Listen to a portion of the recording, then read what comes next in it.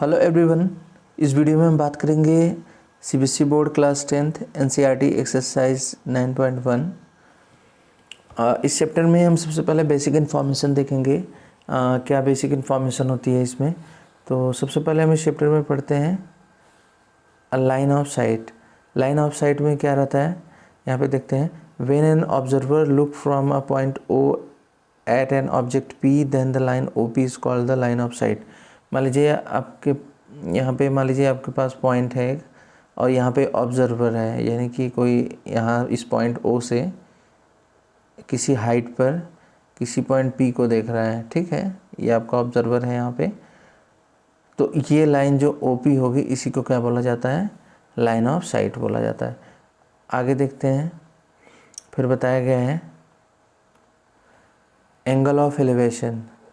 Angle of elevation में देखेंगे the angle which the line of sight make with the horizontal line through O is called the angle of elevation. इसमें क्या है कि जो ये डायग्राम बना है तो यहाँ पे बोला गया है कि the angle which the line of sight, ये तो लाइन ऑफ साइट हो गई, make with the horizontal line through O, O से जो हॉरिजॉन्टल लाइन बनेगी ये, ठीक है। तो इससे जो एंगल बनता है थीटा, यहाँ पे जो एंगल थीटा होगा ये आपका क्या बोला जाएगा, एंगल ऑफ एलिवेशन, ठीक। तो यहाँ पे आप ट्रायंगल इसे ड्रॉ कर सकते हो, ठीक। फिर इसके बाद आता है angle of depression. Angle of depression में क्या है, the angle which the line of sight make with the horizontal line through O is called the angle of depression. Depression में एक्चुअली होता क्या है कि आपका ऑब्जर्वर, मान लीजिए ये पॉइंट ओ है और जो मतलब किसी हाइट पे है, मान लेते हैं जो ऑब्जर्वर है कहीं हाइट पे और नीचे के किसी पॉइंट को देख रहा है, मान लीजिए ये पॉइंट पी है। तो ये जो आपका एंगल होता है ये तो लाइन ऑफ साइट हो गई। तो बोला जाता है कि इस ओ पॉइंट से जो इसका हॉरिजॉन्टल होगा इससे जो एंगल बनेगा ये आपका क्या हो जाएगा, एंगल ऑफ डिप्रेशन।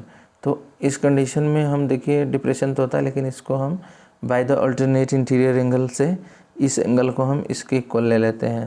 तो फिर यही एंगल आपका ये वाला हो जाता है, एंगल ऑफ एलिवेशन ही हो जाता है, ठीक है। तो ये थे 3 पॉइंट, इसी तीनों पॉइंट से सारे क्वेश्चन होंगे। और फिर इसमें आपको थोड़ा बहुत जो टेबल थी 30, 45, 60 ये सब ट्रिग्नोमेट्रिक टेबल, तो उसका यूज़ थोड़ा सा रहेगा। तो आपने फर्स्ट टर्म में पढ़ लिया होगा तो वो सब चीज़ें इसमें रहेंगे। आगे देखते हैं।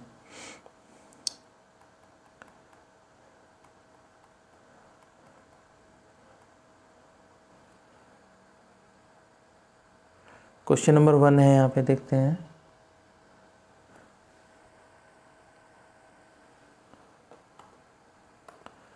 वन में देखेंगे, क्वेश्चन में बोला गया है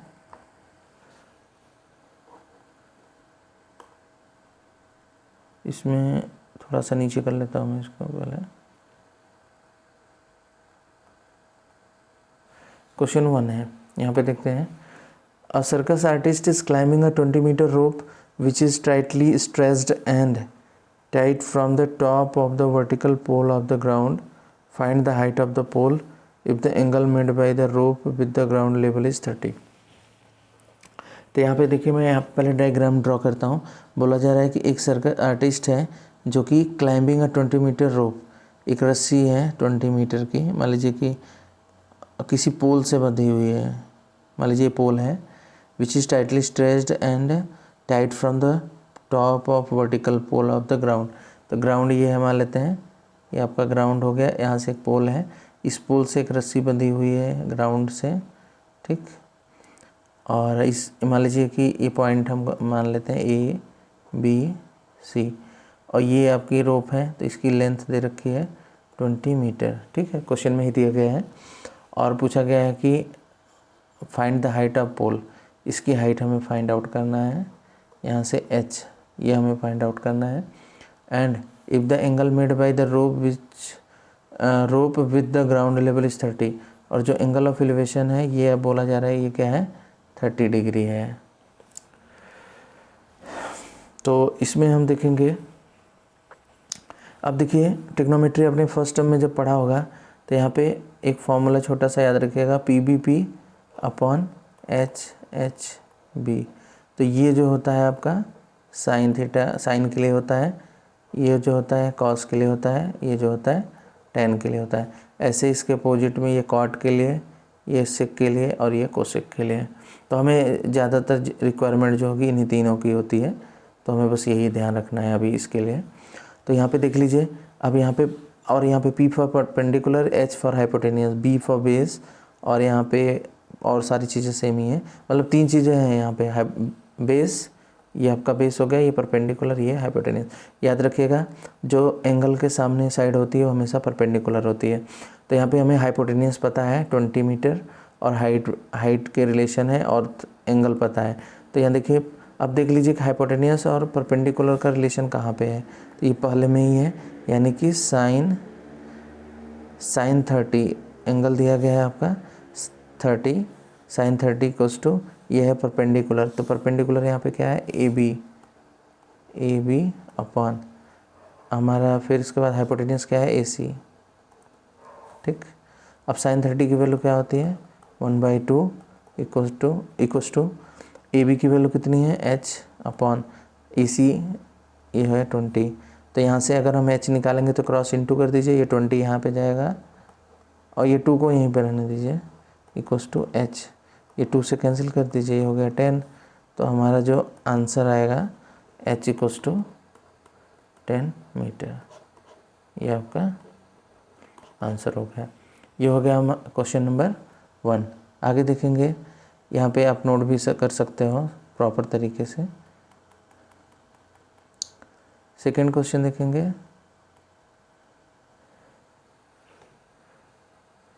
यहाँ पे बोला गया है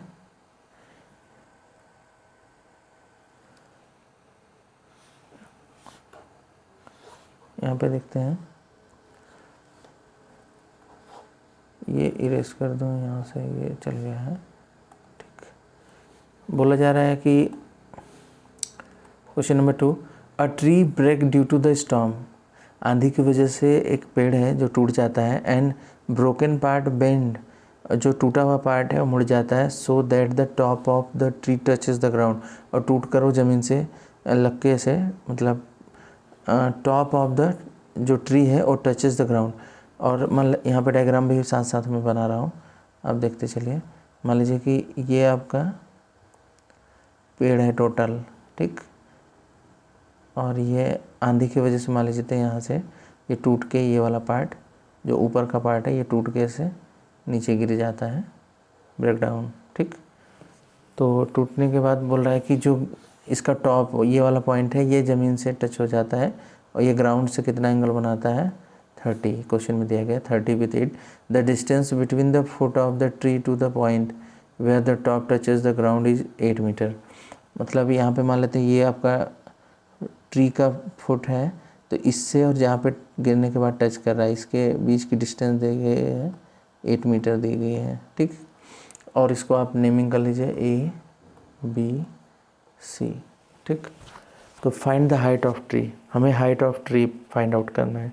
तो एक चीज़ ध्यान रखिएगा, एक्चुअली गलती क्या होती है कि यहाँ पे सबसे पहले हम यही हाइट फाइंड आउट कर लेते हैं, इसके बाद आगे नहीं। एक्चुअली ट्री यहाँ पे टोटल लेंथ थी, तो यहाँ पे जो मैं मान लेता हूँ कि height of tree equals to, यहाँ पे 2 हाइट, मतलब कि ए बी तो जो बचा हुआ पार्ट है, और टूटा वाला पार्ट क्या है, AC है। तो ये दोनों लेंथ क्या हो जाएगी, हाइट ऑफ ट्री होगी। तो यहाँ पे हम AB और AC की वैल्यू फाइंड आउट करेंगे और फिर दोनों को ऐड करेंगे। ठीक है, आगे देखते हैं। तो सबसे पहले हम यहाँ पे देखेंगे, अब यहाँ पे देखिए हमें पता है, बेस पता है, और परपेंडिकुलर का रिलेशन अभी मैंने फॉर्मूला बताया था, P अपॉन HB। तो यहाँ पे देखिए, अगर हमें ये AB पता करना है, AC, तो कोई भी आप पहले एक निकाल लीजिए। तो मैं सबसे पहले AB फाइंड आउट कर रहा हूँ। तो ये देखिए बेस और परपेंडिकुलर किस में आता है, ये आता है बेस और परपेंडिकुलर tan में। ये है साइन, ये है कॉस का, ये है tan का। तो मैं सबसे पहले यहाँ पे 2 कॉलम ले रहा हूँ, थोड़ा बड़ा क्वेश्चन होगा ये। तो सबसे पहले मैं सॉल्व कर रहा हूँ tan 30, तो होता है परपेंडिकुलर, यानी कि AB अपॉन बेस क्या है, BC। तो tan 30 की क्या वैल्यू होती है, 1/√3, ये आपको टेबल याद रखना पड़ेगा। और ए बी की वैल्यू कितनी है हमें फाइंड आउट करनी है, और बी सी कितना है 8 है। ठीक, तो ए बी अगर हम फाइंड आउट करेंगे तो ए बी इक्वल्स टू क्या हो जाएगा 8/√3। ये हमारा इक्वेशन फर्स्ट हो गया, मान लेते हैं ए बी की वैल्यू मिल गई। फिर इसके बाद हम बात करेंगे हाइपोटेनियस, और अब हमें ये निकालना है, मतलब हाइपोटेनियस और परपेंडिकुलर का रिलेशन ले लेते हैं।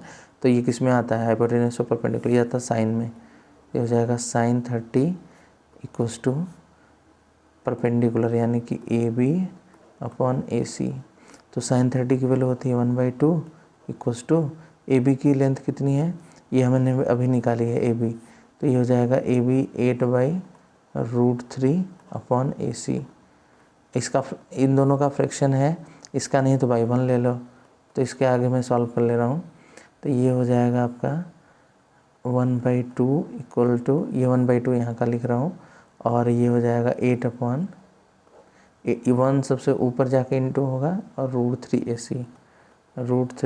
AC। अब फिर अब देखिए AC अगर हम यहाँ पे ले जाएंगे ऊपर क्रॉस इंटू होगा, ये क्रॉस इंटू होगा, तो ये हो जाएगा √3AC इक्वल्स टू 16, और AC इक्वल्स टू क्या हो जाएगा 16/√3। ये इक्वेशन सेकंड हो गया, दोनों की वैल्यू मिल गई। तो अब हम यहाँ पे हाइट h इक्वल्स टू माना था AB प्लस AC, तो AB ये क्या आया है 8/√3, और प्लस AC कितना है 16/√3 इक्वल्स टू √3 तो कॉमन ही है, नीचे सेम है तो √3 हो जाएगा, और यहाँ पे 16 + 8 क्या हो जाएगा, ये हो जाएगा 24। ठीक, तो ये आंसर थोड़ा सा, और हम इसको थोड़ा अलग कर लेते हैं। तो यहाँ पे h इक्वल्स टू हो जाएगा 24 को क्या लिख सकते हो 3 × 8/√3। तो 3 को हम क्या लिख सकते हैं √3 × √3 × 8/3। ये √3 है, तो √3 कैंसिल हो गया, तो जो आपका answer overall height of tree आएगा 8√3 मीटर, ये आपका आंसर हो जाएगा। और यहाँ पे भी मीटर लगा लेना ये, क्योंकि ये मीटर में ही लेंथ है ना, तो ये मीटर में, तो ये आपका आंसर हो जाएगा 8√3। ठीक है, अब आगे देखते हैं क्वेश्चन नंबर 3।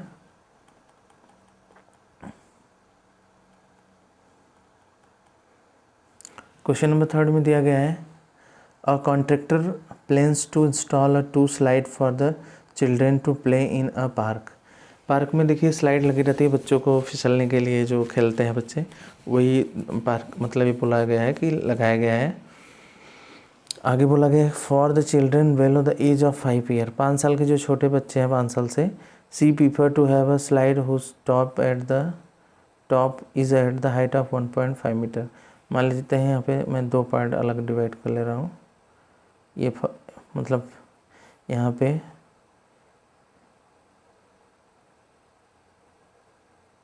बेलो 5 ईयर, और यहाँ पे मैं मान लेता हूँ कि जो बड़े बच्चे हैं उनका इधर रहेगा। तो मैं पहले इसको सॉल्व कर रहा हूँ। तो बोला जा रहा है कि एक स्लाइडिंग सरफेस बनाया गया है, बोला गया है कि she prefer to have a slide whose top is height 1, जो स्लाइडिंग का टॉप है वो कितना है 1.5 metre, and inclined an angle of 30 with the ground, ground से जो आपका इंक्लाइनेशन है इसका, ये कितना है ग्राउंड से 30 है। ठीक, तो यहाँ पे देखिए 30 to the ground, where for the elder children, जो बड़े बच्चे हैं, she wants to have a step slide at the height of 3 metre. तो जो एक फिर बड़े बच्चों के लिए जो ये मान लीजिए स्लीपिंग के लिए बनाया गया है, स्लाइड के लिए जो बनाया गया है, तो ये है आपका 3 मीटर।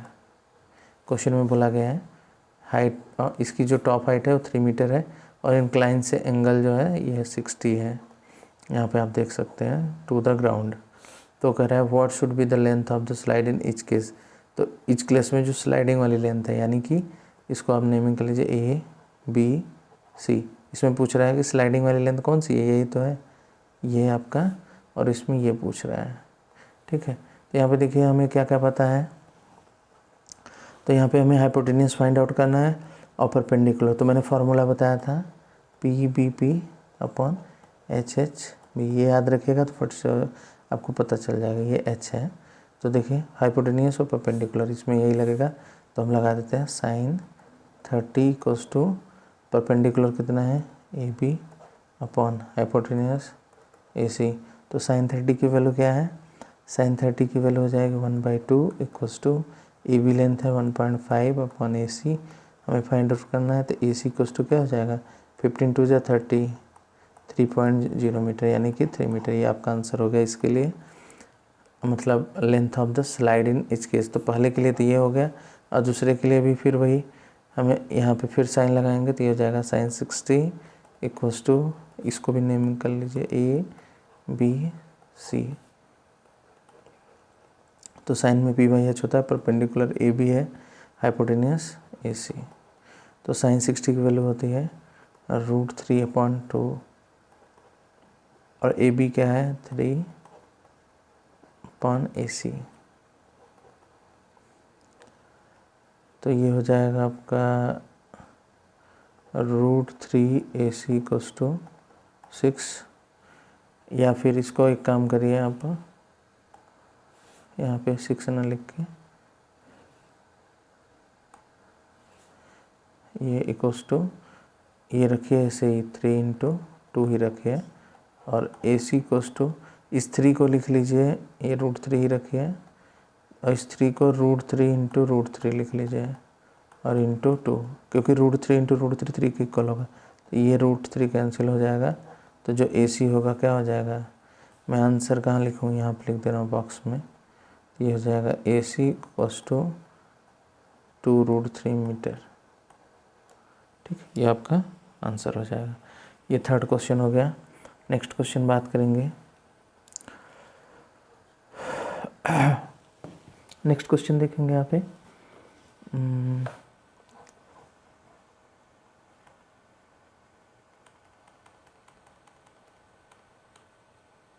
बोला गया है इस क्वेश्चन में, देखिए the angle of elevation of the top of the tower from a point on the ground which is 30 metre away from the foot of the tower. मान लीजिए कोई टावर है, यहाँ पे ये आपका टावर है, और इसके बोला गया है कि foot of the tower is 30 degree, find the height of the. देखिए angle of elevation of the top of tower from the point on the ground which is 30 metre away from the foot. मान लीजिए ये tower से जो angle of elevation बन रहा है, ये आपका कितना दिया है 30 क्वेश्चन में दिया गया है, और ये कितनी दूरी पे जो एंगल ऑफ एलिवेशन बन रहा है 30 मीटर की दूरी पे बन रहा है। कहाँ से, फुट ऑफ द टावर। तो यहाँ पे नेमिंग कर लीजिए आप AC। तो यहाँ से अगर हमें पूछा है कि फाइंड द हाइट ऑफ, यानी कि ये हमें फाइंड आउट करना है। तो यहाँ पे हमें बेस पता है और हमें hypotenuse find out, perpendicular find out करना है। तो हम क्या लगाएंगे, सीधे फॉर्मूला P/BP/HHB। तो यहाँ पे ये tan लगाएंगे, तो ये हो जाएगा tan 30 = परपेंडिकुलर यानी कि AB/बेस BC। तो tan 30 की वैल्यू क्या होती है, ये हो जाएगा 1/√3, और AB है H/BC है 30। तो ये आपका हो जाएगा √3H = हो जाएगा 30, और H = 30 में क्या लिखेंगे 3 × 10 अपॉन ये √3 नीचे ले लिया। ठीक, तो 3 को क्या लिख सकते हैं, √3 × √3 और इंटू 10 अपॉन √3, ये दोनों कैंसिल, तो ये हो जाएगा आपका 10√3। आंसर हो गया। ये हो गया क्वेश्चन नंबर 4। आगे देखते हैं क्वेश्चन नंबर 5।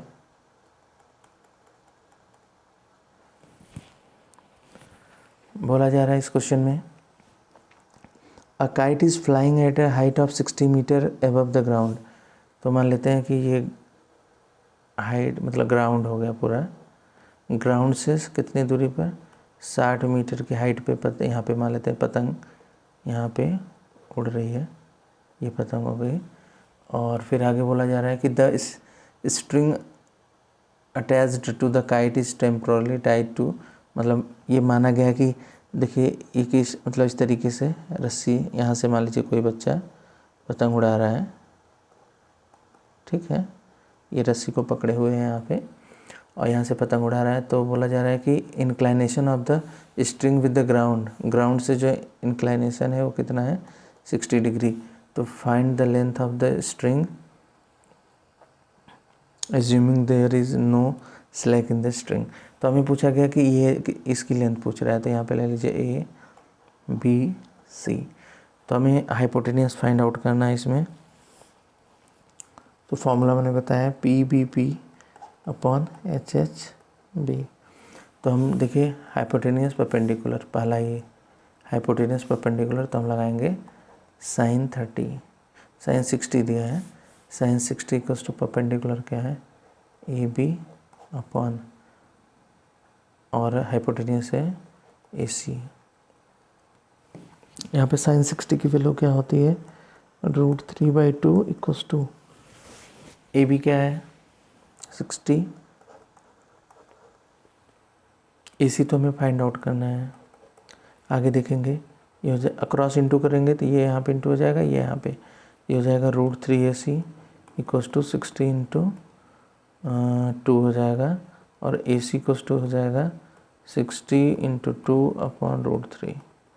अब इसमें आगे क्या करेंगे देखिए 60 को लिख लीजिए 3 into 20 into 2 upon √3 equals to इस 3 को ऊपर वाला जो 3 है इसको लिख लीजिए √3 इंटू √3 इंटू 40 अपॉन √3। एक √3 कैंसिल हो गया तो बचा क्या 40√3 मीटर। ये आपका आंसर हो गया। तो ये थे 5 क्वेश्चन, पार्ट 1 बस यहीं पे मैं बना रहा हूँ और नेक्स्ट वीडियो में इसके आगे को क्वेश्चन कराऊंगा पार्ट 2, ठीक है। और वीडियो पसंद आई हो तो लाइक करिएगा और चैनल को सब्सक्राइब कर लीजिए, जिससे कि अब 1 बाय 1 सारे चैप्टरों की वीडियो डालूंगा तो आपको प्रॉपर समय पे ये सभी वीडियो मिल सकें। चैनल को इसलिए ज़रूर सब्सक्राइब कर लीजिएगा। Thank you for watching.